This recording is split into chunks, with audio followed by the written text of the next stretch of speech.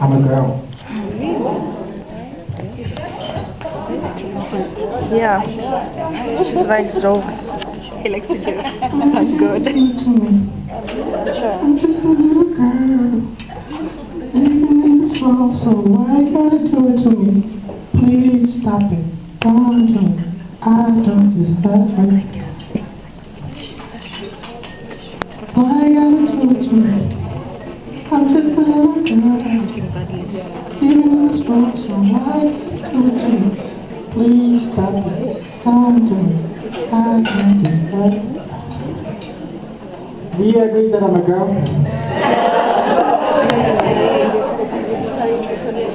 Let's try it again. Why gotta do it to me? I'm just a little girl.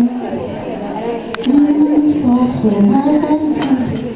Please stop it. Don't do it. I don't deserve it. Dear Daddy, what did I do wrong? Why did you let me sing this song?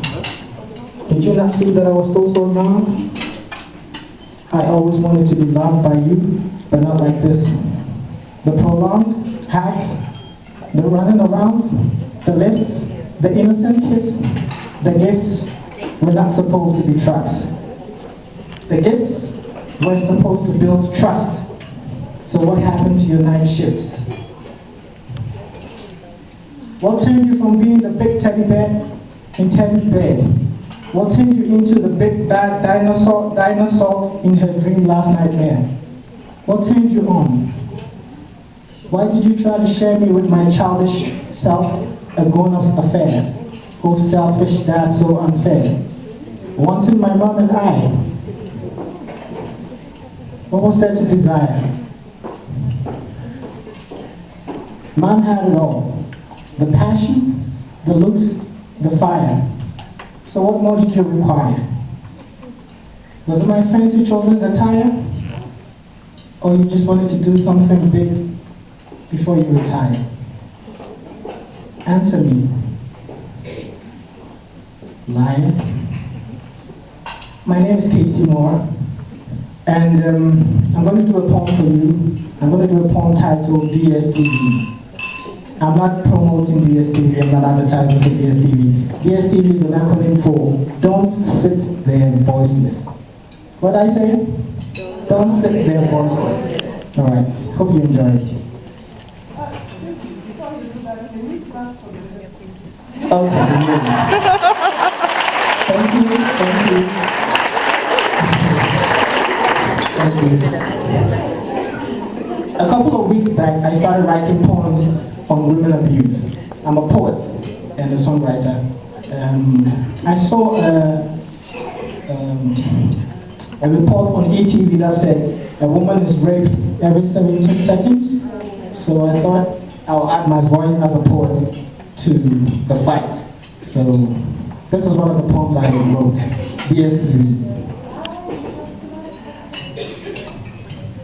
DSTV. Don't sit there voiceless. I said DSTV, so why are you staring at me as though your uploads have no voices? Just waiting to hear me concoct strange meanings from these words that I speak. Make no mistake, I'll continue to speak about these social vices as long as I live, even to my very peak. So you also, DS, don't sit there voiceless. I wrote these words with tied hands, yet you seem mindless with no hands clapping, as though you have your hands tied. Is it because we have no family ties, or you believe the lies that Kacey's telling lies? Or maybe you're just waiting to dive in when the tide is high, and I look so tired and high, trying to do this all by myself? The longer you wait, the more people die, so why wait? Now is the time. Arise and speak. Speak out and free your mind. Your speech has been granted freedom, so don't imprison your ideologies. Freedom. If your brain cells are hungry for knowledge, feed them. High five.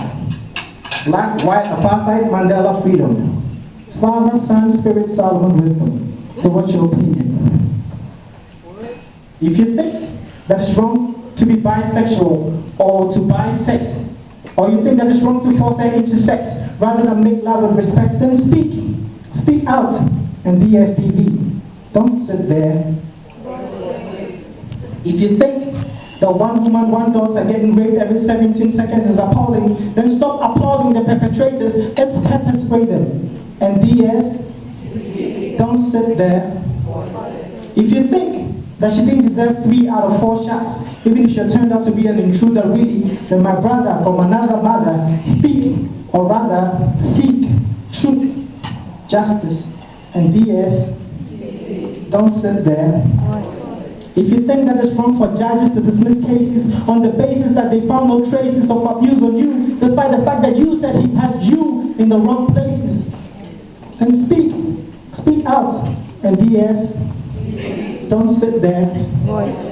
If you think that it's wrong for mothers to tell their daughters to shh, because he's family, regardless of the fact that her monster pops does this to her daily, then speak out, and just maybe he might not touch your baby. Just DS. Don't sit there. If you think that is wrong, if you think that money should be used to rehabilitate victims like Blue Ivy, rather than being used to renovate Jay-Z's house, then speak out, Beyonce and DS. Don't sit there. If you didn't get this last part, think deeply.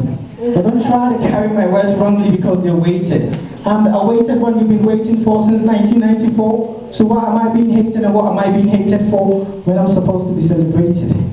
I'm blameless. My only wrong was to call you DS. Don't sit there.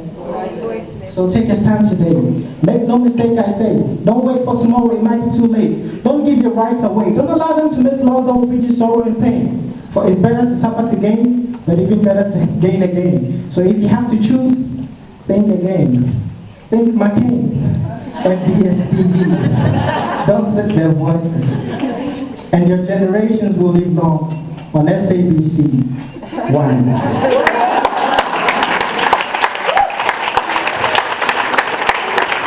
Thank you. Do I still have some more time?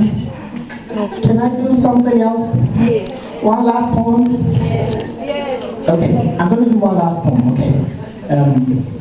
It has nothing to do with women. It has everything to do with all people. Is it okay for me to do it? Okay. This is a poem titled Before I Became. Okay? Hope you enjoy it. You see, before I became a Christian, I was a Christian because I was born to Christian parents. My dad was Chris, and my mom was Christiana, aka Chris's wife. That is why I always ask the question, why do I have to give my life to some guy who got crucified on the cross before I qualify to be called a Christian? When my name, as a matter of fact, is Godfred Christian Chabalala. They say he gave his life for Mahala, to exempt us from the Wahala that will befall our poor souls should we die in our sins and find. They said his name is Jesus Christ, and yes, we are the reason why Jesus Christ. But that's not what that G says about the Christ. On the contrary, that G says that Jesus was just an ordinary man, and I was that G who used to say that Jesus was just an ordinary man. I always ask them, is Jesus black or white? They answered, well, doesn't matter what the color is. If I'm black and I'm fat and I'm backed up 300 pounds, and you're white and you're fat and you backed up 300 pounds, will that change how much calories you backed up? Why don't you strive to make it to heaven and then you can ask God to take you through Christ's photo galleries? You see, if my name was Carl and my father's name was Louise, I would be called Calories. But my name was Fred and my father's name was not God, but my parents called me Godfred. Doesn't that amaze you that even unbelievers believe that in everything put God first? And my parents were strong believers. They prayed to God every morning to God fed the Son. They believe that they will be fed by God just as God fed the Israelites in the wilderness if they relied solely on Him. But that belief was not real to me. That belief was a lie to me because they've been relying on me ever since I was 13 and still rely on me daily for their daily bread more like a routine because they were bound in poverty, unattractive, cosmetic Christianity. The church, to me, was a transit location to begin my Sunday morning rotation, so I went to church every Sunday and heard what the preacher said. Yes, I went to church every Sunday but heard not what the teacher said because I was separated from the Spirit. I only operated in my body and soul. The guys in the choir were my bodies and soul. I would just go to church to cheer them on, but was never affected by what was going on. I never saw nothing wrong with me. So even when the lyrics of the song said, come on to Jesus Christ and be reborn, I would just ignore, go on and dance along.